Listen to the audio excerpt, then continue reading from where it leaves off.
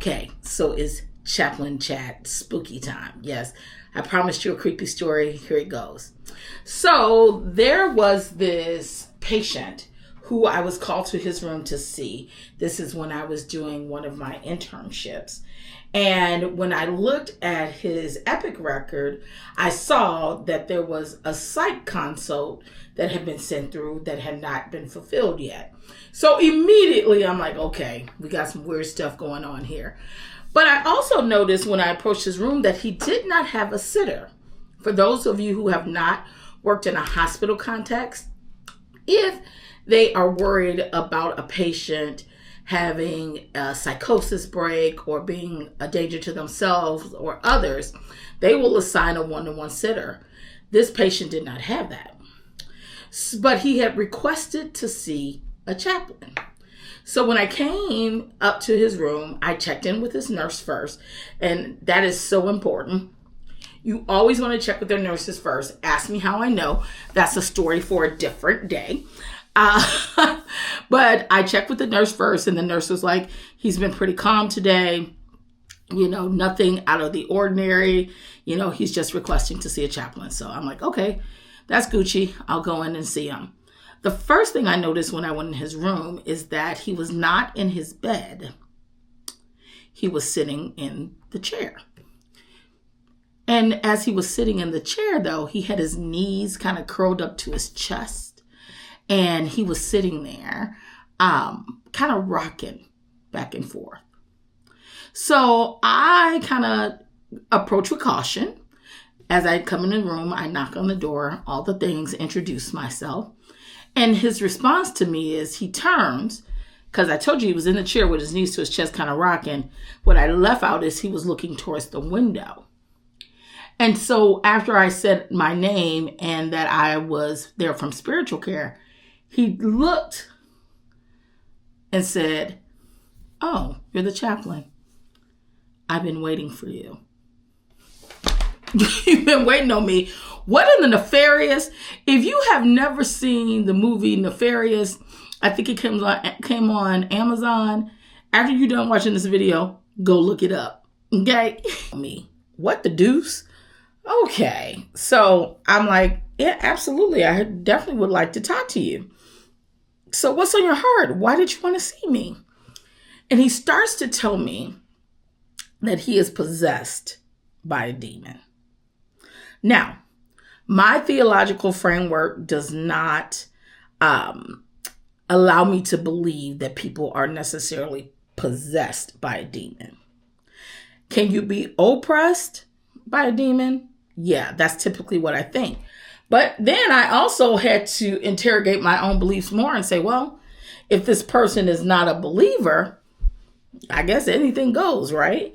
And so, but I'm just showing you how your own theological groundings can come up in a patient room, because that was my initial reaction. I was like, here we go. Homeboy is having a psychotic break kind of a thing, and let me be careful. But as he continued to talk and just looking at his countenance, his gaze, it was almost as though he was looking through me. And it was just a creepy feeling. It's like I can't describe how creepy the feeling was, but it was almost as if he was looking through me. So I start to get curious, and I'm like, so what makes you think that you are possessed by a demon? And again, he has these glassy eyes that feel like they're looking through me. And he goes, it's not what I think, it's what I know. And I said, absolutely. Would you mind sharing how you know that? So he starts to explain some of the dark thoughts that he's had. Dark thoughts before he became hospitalized, and dark thoughts that he's had since he's been here. And I'm just listening, because I'm still very much so thinking, yeah, he has some mental health needs that he's going to need some support on. And he goes, you don't believe me, do you? And I'm like, he goes, you don't believe me, do you? And I'm like, I said, you know what? I hear you. I didn't say I believed him. I didn't believe him, but I was like, I hear you though. I was like, I hear you. Is there something else you want me to know? He goes, is there something else I want you to know? Well, the demon's standing right behind you. Now, wait a minute. Wait a minute. What you talking about? Some demon standing right behind me? Child, don't play with me. Don't play with me. Now, here's the trip, y'all. I did feel like there was something behind me before he said it. It was almost like it was a icy kind of a feeling right behind me. Like something was there, but it wasn't warm. It kind of felt like a breeze had come across my back. So when he said that the demon was right behind me, I was like, what is getting ready to go on in the name of Jesus in this room? I'm not playing with you. And so I said, really? He's like, yeah, I'm going to take a picture of it. And I was like, what? And so I stepped aside, because what you're not getting ready to do is take a picture of me or whatever you can do with your phone. So I stepped aside and he snaps a picture with his phone. Like as soon as I was coming out of the frame, he snaps a picture. And he turns his phone around, and on the phone was this apparition. Now, I still don't believe that that was an actual picture that was taken. To this day, I believe that it was something he already had pulled up on his phone. But regardless, he shows me this. How do you respond to something like that? What would you do? Chaplain, what would you do?